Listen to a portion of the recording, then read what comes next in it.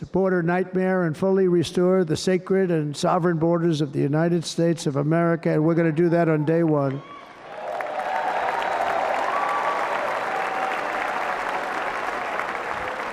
That means two things on day one, right? Drill, baby, drill, and close our borders.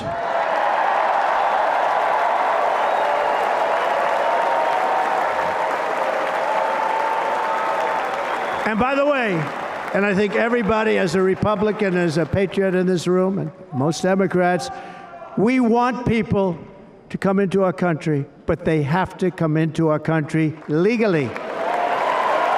Legally. Less than 4 years ago, I handed this administration the strongest border in American history. But you can see on the chart that saved my life, that was the chart that saved my life. I said, look it, I'm so proud of it. I think it's one of the greatest, it was done by the Border Patrol, one of the greatest charts I've ever seen. It showed everything just like that. You know the chart. Oh, there it is. That's pretty good. Wow. Last time I put up that chart, I never really got to look at it. But without that chart, I would not be here today.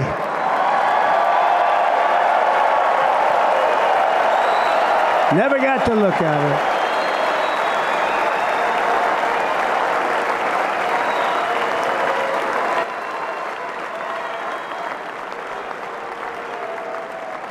I said, you got to see this chart. I was so proud of it, and by the time I got to there, I never got to see it that day.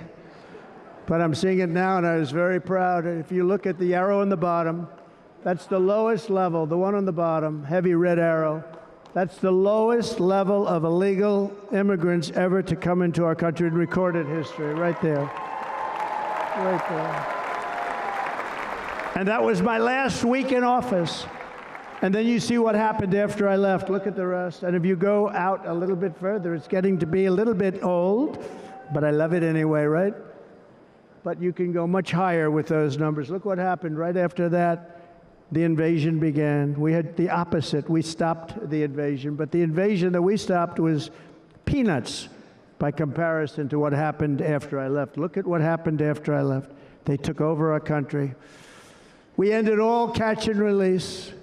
We shut down asylum fraud. We stopped human trafficking and forged historic agreements to keep illegal aliens on foreign soil. We want them to stay on their soil. Under the Trump administration, if you came in illegally, you were apprehended immediately and you were deported. You went right back. The current administration terminated every single one of those great Trump policies that I put in place to seal the border. I wanted a sealed border. Again, come in, but come in legally. You know how unfair it is? So many people, hundreds of thousands of people, have been working for years to come into our country. And now they see these people pour into our country at levels that are unprecedented. It's so unfair. And we're not going to do it. We're not going to stand for it. They suspended wall construction, ended remain in Mexico. We had a policy, remain in Mexico. You think that was easy to get from the Mexican government? But I said, you must give it to us. If you don't give it to us, there will be repercussions. And they gave it to us, but not easy. Canceled our Safe Third agreements, demolished Title 42, implemented nationwide catch and release. That's catch and release, where we catch them and release them into our country. We catch them and release them into Mexico. There's a slight difference. And took 93, this is the previous administration, 93 executive actions to throw open our border to the world. The entire world is pouring into our country because of this very foolish administration. The greatest invasion in history is taking place right here in our country. They are coming in from every corner of the earth, not just from South America, but from Africa, Asia, the Middle East. They're coming from everywhere. They're coming at levels that we've never seen before. It is an invasion indeed, and this administration does absolutely nothing to stop them. They're coming from prisons. They're coming from jails. They're coming from mental institutions and insane asylums. You know, the press is always on me because I say this. Has anyone seen Silence of the Lambs? The late, great Hannibal Lecter. He'd love to have you for dinner. That's insane asylums. They're emptying out their insane asylums. And terrorists are coming in at numbers that we've never seen before. Bad things are going to happen. Meanwhile, our crime rate is going up while crime statistics all over the world are going down because they're taking their criminals and they're putting them into our country. A certain country, and I happen to like the president of that country very much, but he's been getting great publicity because he's a wonderful shepherd of the country. He says how well the country's doing because their crime rate is down. And he said he's training all of these rough people. They're rough. He's training them. And I've been reading about this for 2 years. I think, oh, that's wonderful. Let's take a look at it. But then I realized he's not training them. He's sending all of his criminals, his drug dealers, his people that are in jails, he's sending them all to the United States. And he's different in that he doesn't say that. He's trying to convince everybody what a wonderful job he does in running the country. Well, he doesn't do a wonderful job. And by the way,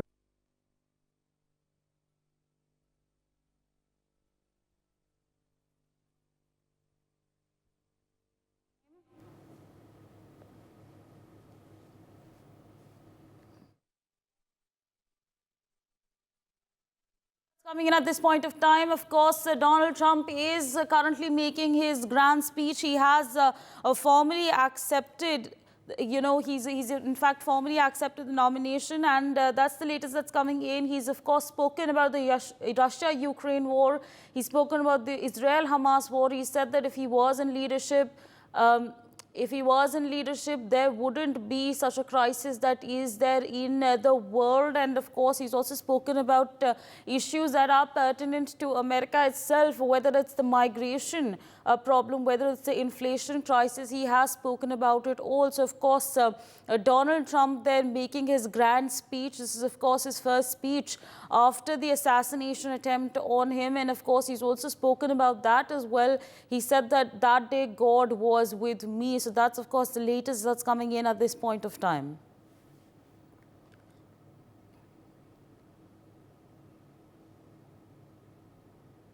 All right, latest developments coming in at this point of time. The grand speech that has been delivered by Donald Trump. Of course, viewers, the elections are slated to take place in November of this year. And of course, there's a lot that's taking place in the United States of America. All right, joining us at this point of time is Professor Madhav Nalapat, the editorial director of the Sunday Guardian. Sir, a very good morning to you, and thank you so much for taking our time and speaking to us on NewsX. Now, how do you view this speech that has been delivered by Donald Trump? He's of course spoken about the migration problem. He's spoken about the inflation crisis. What sort of an impact will can his leadership perhaps have? Well, I'm listening to a speech as we speak, and I can say that it's going to have a very, very big impact because, frankly, Joe Biden is trying to convince Americans that they should feel better now than 4 years ago. Well, and one of the main reasons is the high inflation caused by Joe Biden. The way he has gone after the Ukraine and the Ukraine war, the way he's imposed sanctions, the way he's completely messed up logistics supply chains, and he's short of inflation. And as a consequence, American consumers also are feeling the pinch. And inflation is going to cost Joe Biden the election. The reality is that, and as far as Gaza is concerned, there's a point that Trump has made, which is that if he were the president, Hamas would never have had the courage to challenge Israel. Right, of course, I'd like to say that Hamas got that courage because it got a superpower to support. Right, so absolutely. Of course, the speech is back there. We're going to cut across to that. Thank you so much for joining us on the broadcast. Traveled all throughout the country, doing tremendous damage. Rachel's mother will never be the same. I spent time with her. She will never be the same. I've also met with the wonderful family of Laken Riley, the brilliant 22-year-old nursing student. She was so proud of being first in her class, who was out for a jog on the campus of the University of Georgia when she was assaulted, beaten, and horrifically killed. Yet another American life was stolen by a criminal alien set free by this administration. And these were incredible people we're talking about. These were incredible people who died. Tonight, America, this is my vow. I will not let these killers and criminals into our country.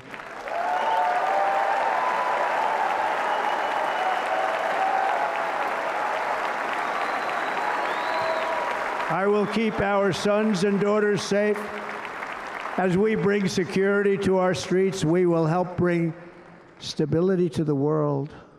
I was the first president in modern times to start no new wars. You know, we were the toughest, we were the most respected.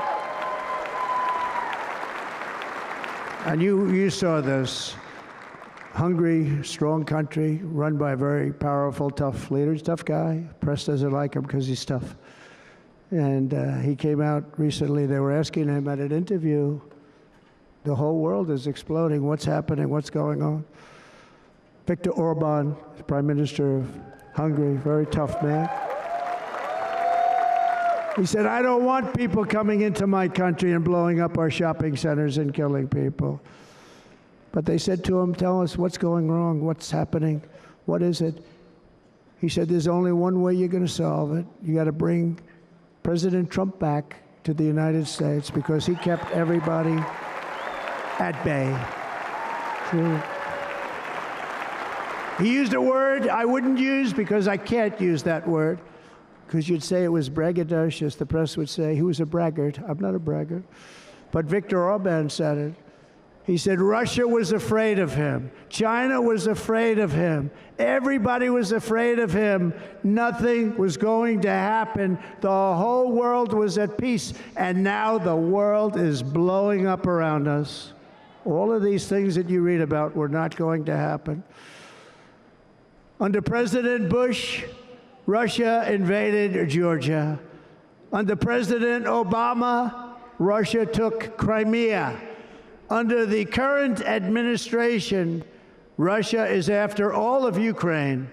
Under President Trump, Russia took nothing.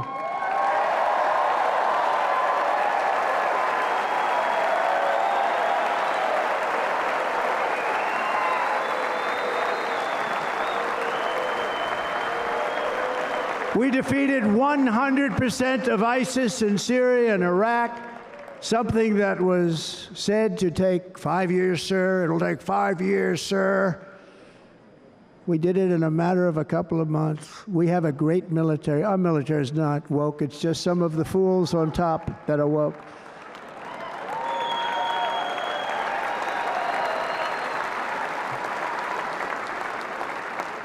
I got along very well. North Korea, Kim Jong-un, I got along very well with him. The press hated when I said that. How could you get along with him? Well, you know, it's nice to get along with somebody who has a lot of nuclear weapons or otherwise, isn't it? See, in the old days, they'd say, that's a wonderful thing. Now they say, how could you possibly do that? But no, I got along with him, and we stopped the missile launches from North Korea. Now North Korea is acting up again, but when we get back, I get along with him. He'd like to see me back, too. I think he misses me, if you want to know the truth. Our opponents inherited a world at peace and turned it into a planet of war. We're in a planet of war. Look at that attack on Israel. Look at what's happening with Ukraine. The cities are just bombed out. How can people live like that where buildings, massive buildings, are falling to the ground? It began to unravel with the disastrous withdrawal from Afghanistan, the worst humiliation in the history of our country. We have never had a humiliation like that. 13 heroic U.S. service members were tragically and needlessly killed. 45 others were horrifically wounded. Nobody ever talks about them. No arms, no legs, face explosions, horrifically wounded. And by the way, we have a man in this room who's running for the U.S. Senate from a great state, Nevada, named Sam Brown, who paid the ultimate price Thank you, Sam. Thank you, Sam. Thank you. He paid the biggest price probably ever paid by anybody that is running for office, and I think he's going to do great. He's running against a person that is not good, not respected, a total lightweight. But Sam, I think, paid, really, we were talking about it with some of the senators that are working so hard for Sam, but he paid the biggest price of any senator ever to run for the Senate. I don't think anybody's ever what he did. He was a real hero, a really great person, and he's running, and I hope that everybody gets out and votes for Sam Brown.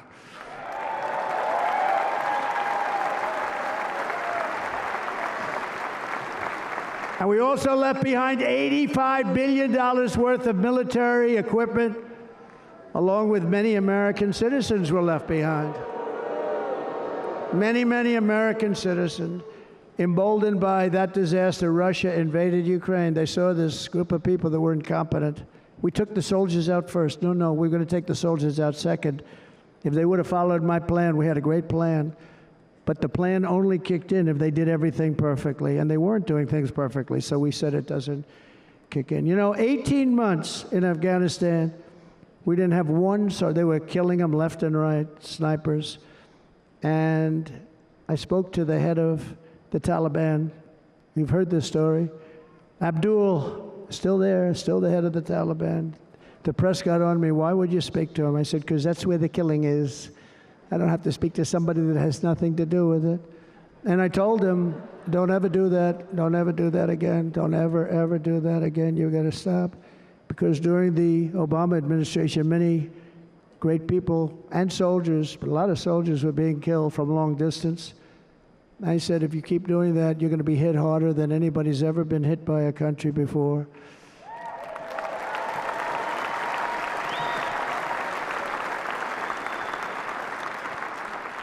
And he said, I understand, Your Excellency. He called me Your Excellency. I wonder if he calls the other guy Your Excellency. I doubt it. The other guy gave him everything. I mean, what kind of a deal was that? He walked out, gave him everything. Do you know that right now Afghanistan is one of the largest sellers of weapons in the world? They're selling the brand new, beautiful weapons that we gave them. But think of it, he actually said to me, but why do you show me a picture of my home? I said, you'll have to ask your people or one of your wives.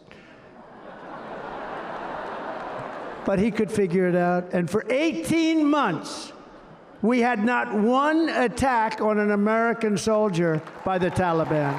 18 months.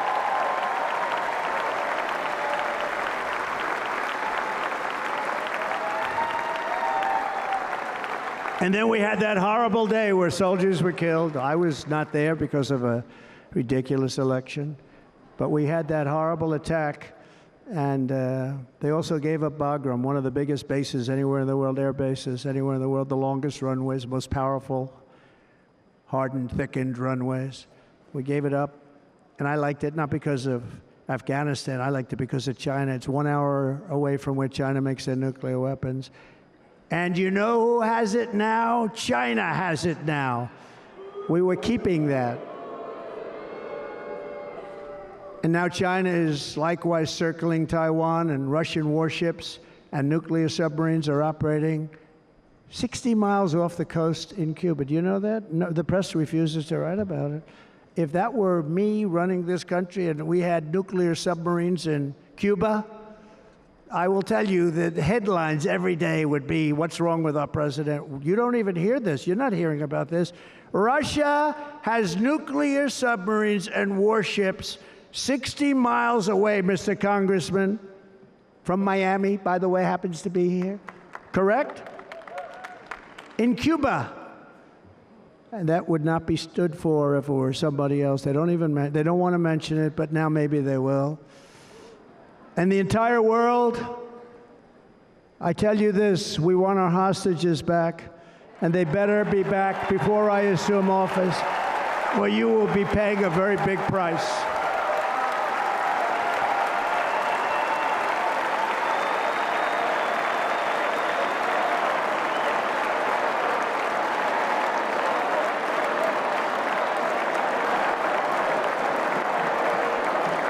With our victory in November, the years of war, weakness, and chaos will be over. I don't have wars. I had no wars other than ISIS, which I defeated, but that was a war that was started. We had no wars. I could stop wars with a telephone call. I could stop wars with just a telephone call. If properly stated, it would never start. We will replenish our military and build an Iron Dome missile defense system to ensure that no enemy can strike our homeland. And this great Iron Dome will be built entirely in the USA. We're going to build it in the USA. And Wisconsin, just like I gave you that massive ship contract, and you're doing a very nice job, Governor, right?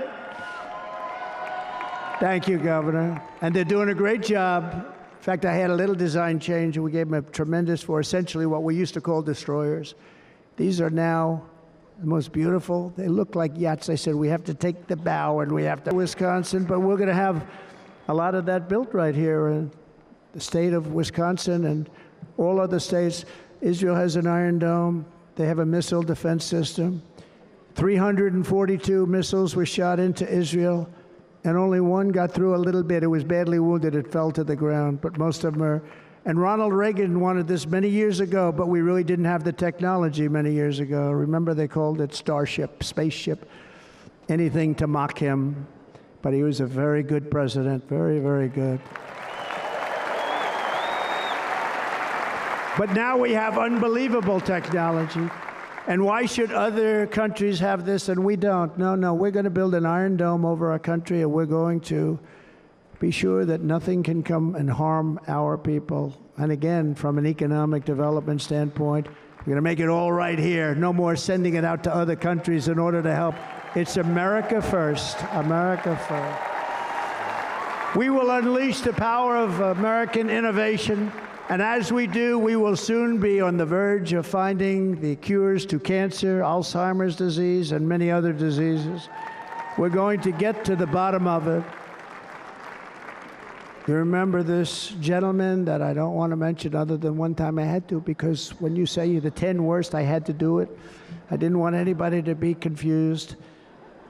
But this man said, we're going to find a cure to cancer. Nothing happened.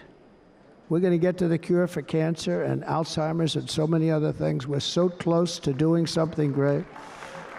But we need a leader that will let it be done. We will not have men playing in women's sports. That will end immediately.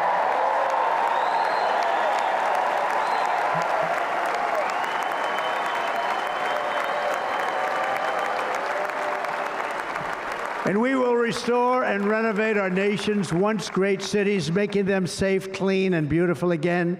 And that includes our nation's capital, which is a horrible killing field. So many things. They leave from Wisconsin, they go to look at the Washington Monument, they end up getting stabbed, killed, or shot. We will be very soon very proud of our capital, again, Washington, D.C.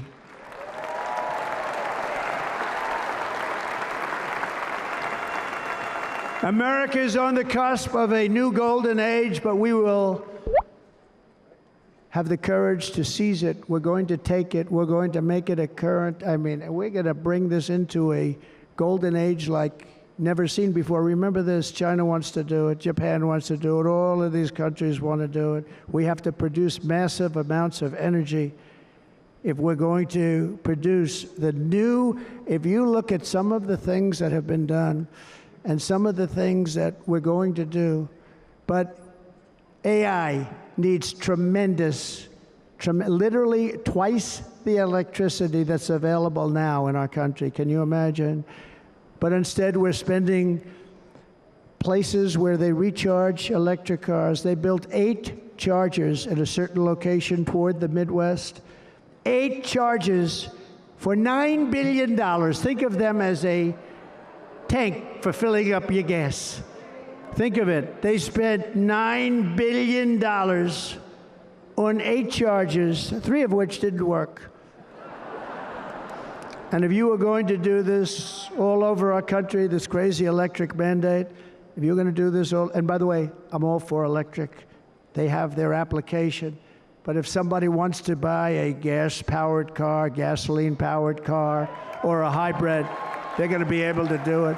And we're going to make that change on day one.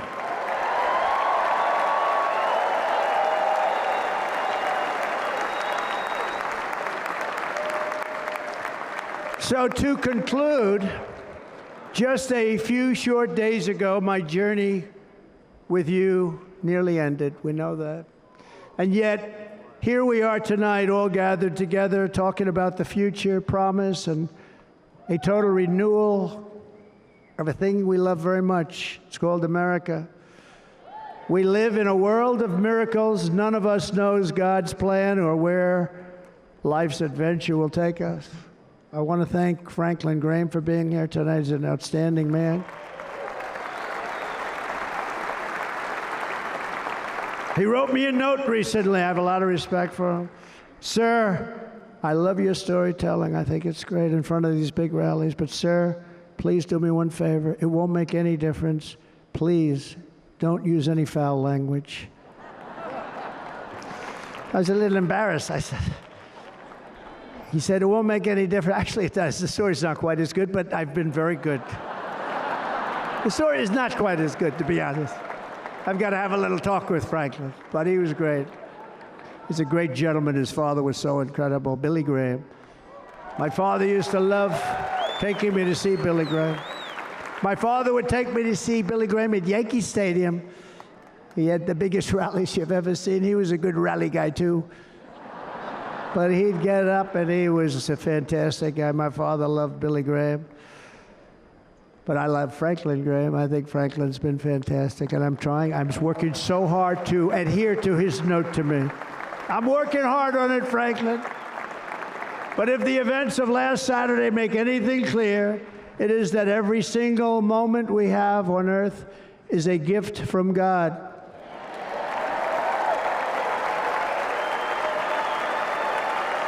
We have to make the most of every day for the people and for the country that we love.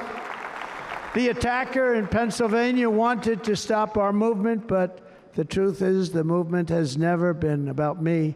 It has always been about you. It's your movement. It's the biggest movement in the history of our country by far. Can't be stopped. It can't be stopped. It has always been about the hardworking, patriotic citizens of America. For too long, our nation has settled for too little. We settled for too little. We've given everything to other nations, to other people. You have been told to lower your expectations and to accept less for your families. I am here tonight with the opposite message. Your expectations are not big enough. They're not big enough.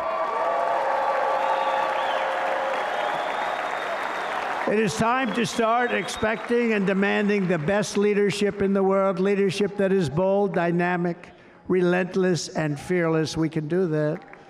We are Americans. Ambition is our heritage. Greatness is our birthright. But as long as our energies are spent fighting each other, our destiny will remain out of reach, and that's not acceptable. We must instead take that energy and use it to realize our country's true potential and write our own thrilling chapter of the American story. We can do it together. We will unite. We are going to come together, and success will bring us together.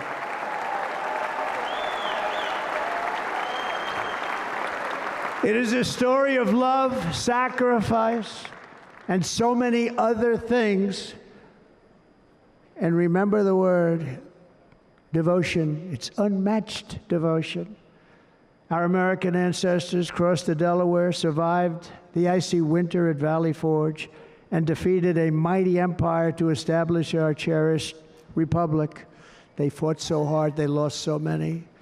They pushed thousands and thousands of miles across a dangerous frontier, taming the wilderness to build a life and a magnificent home for their family. They packed their families into covered wagons, trekked across hazardous trails, scaled towering mountains, and braved rivers and rapids to stake their claim on the wide open, new, and very beautiful frontier. When our way of life was threatened, American patriots marched onto the battlefield, raced into enemy strongholds, and stared down death and stared down those enemies to keep alive the flame of freedom. At Yorktown, Gettysburg, and Midway, they joined the roll call of immortal heroes. So many just so many heroes, so many great, great people, and we have to cherish those people. We can't forget those people. We have to cherish those people.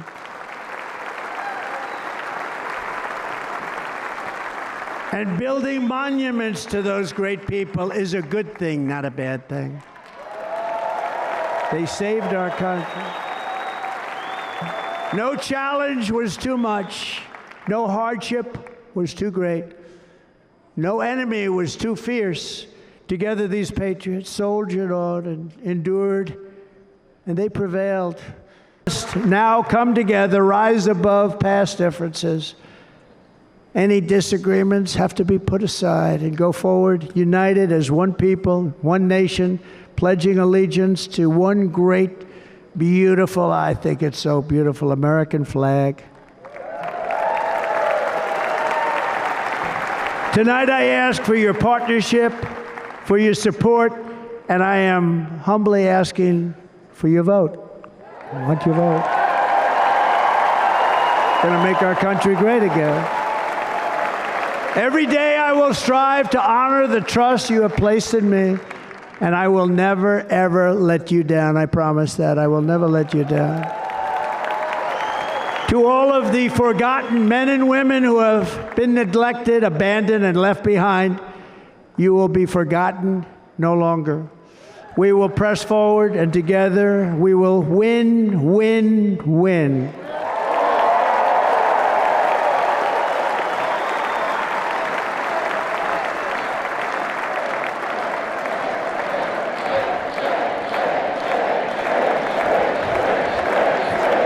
Win, win, win, win, win, win. Nothing will sway us, nothing will slow us, and no one will ever stop us. No matter what dangers come our way, no matter what obstacles lie in our path, we will keep striving toward our shared and glorious destiny, and we will not fail. We will not fail. Together we will save this country, we will restore the republic, and we will usher in the rich and wonderful tomorrows that our people so truly deserve. America's future will be bigger, better, bolder, brighter, happier, stronger, freer, greater, and more united than ever before.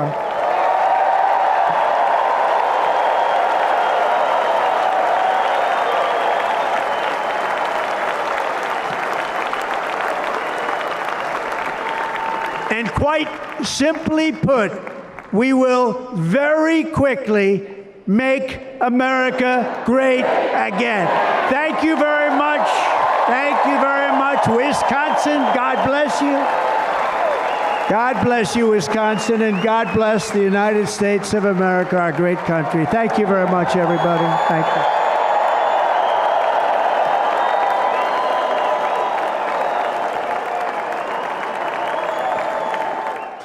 Viewers, so there you heard it, approximately a 1 hour long speech where US former President Donald Trump has given hope to the people. He has said that we are going to make America great again, and he's given the audience over there an understanding on the vision that he has for the United States of America. He's also spoken about some pertinent issues such as the inflation crisis in the United States of America, the immigration crisis in the United States of America, and he has in fact laid out a plan of action for the US. So that's of course the latest that's coming in at this point of time. Professor Madhav Nalapat is with us on the broadcast to give us more on this. Sir, again, now we've heard the entire speech. What kind of a message and a vision has he now given to the United States of America?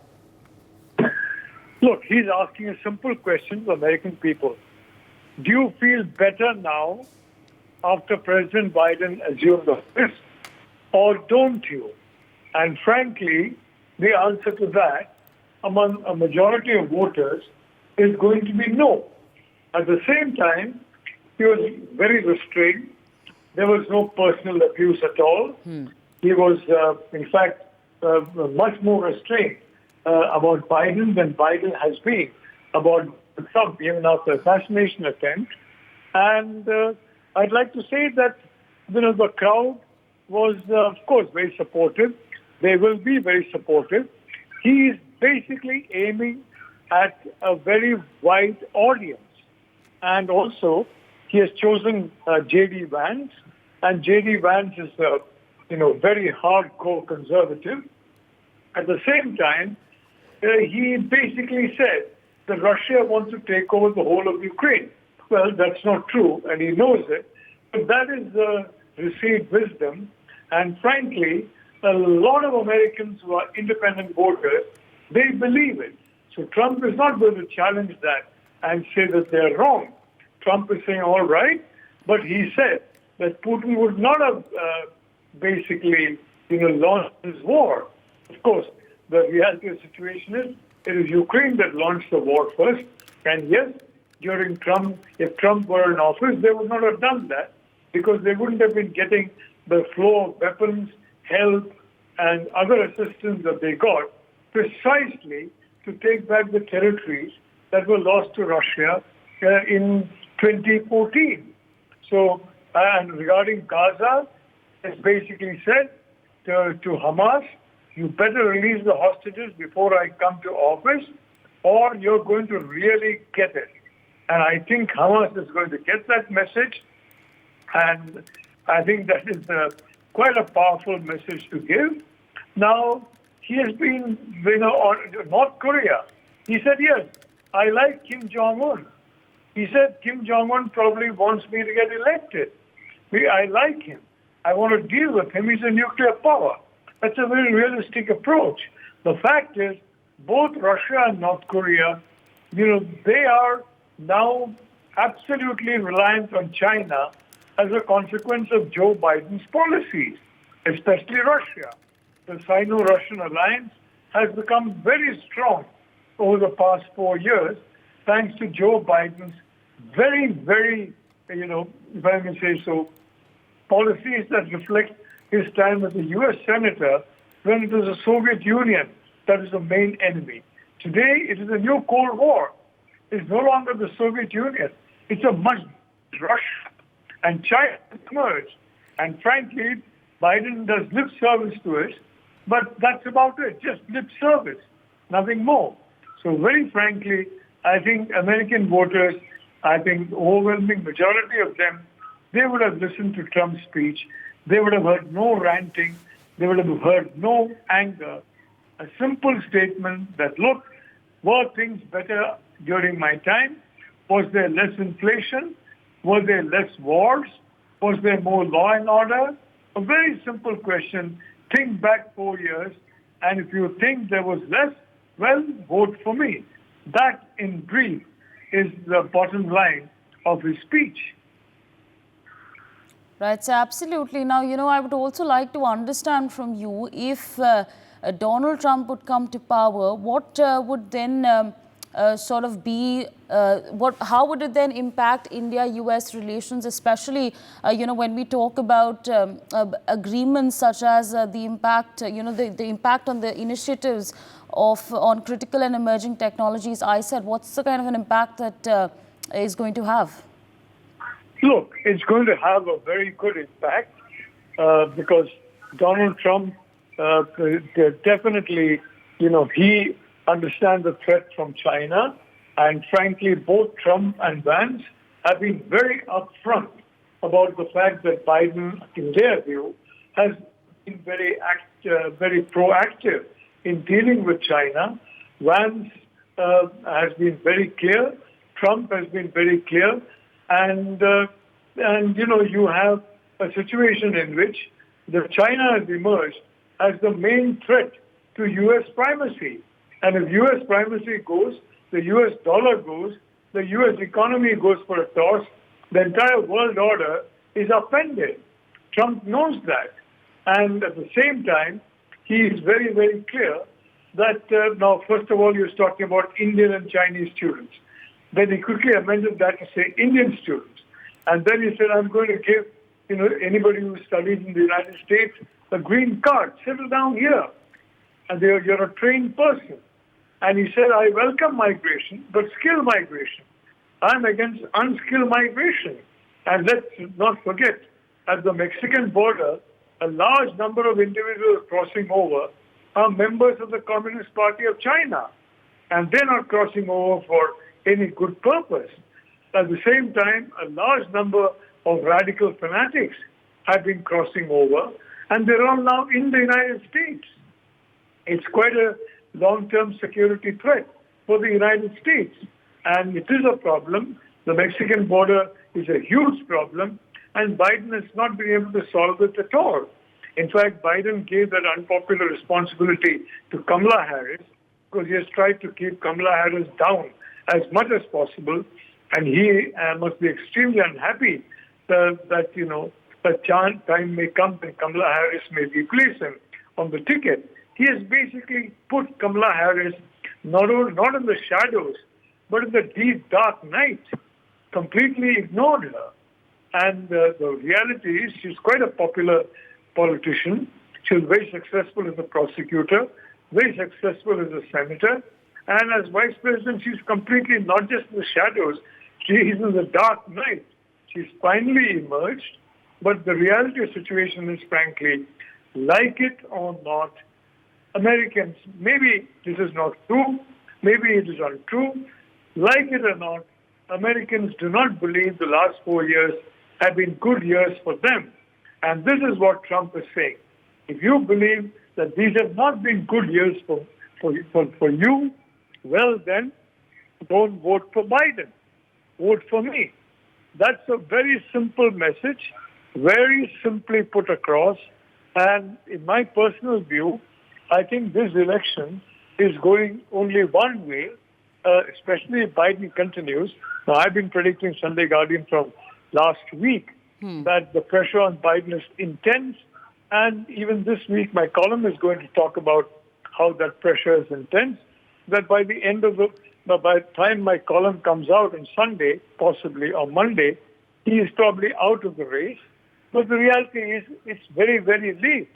And even then, it's very unlikely that the Democrats are going to prevent the Republicans from winning the presidency. For more such videos, subscribe to the NewsX YouTube channel, hit the bell icon.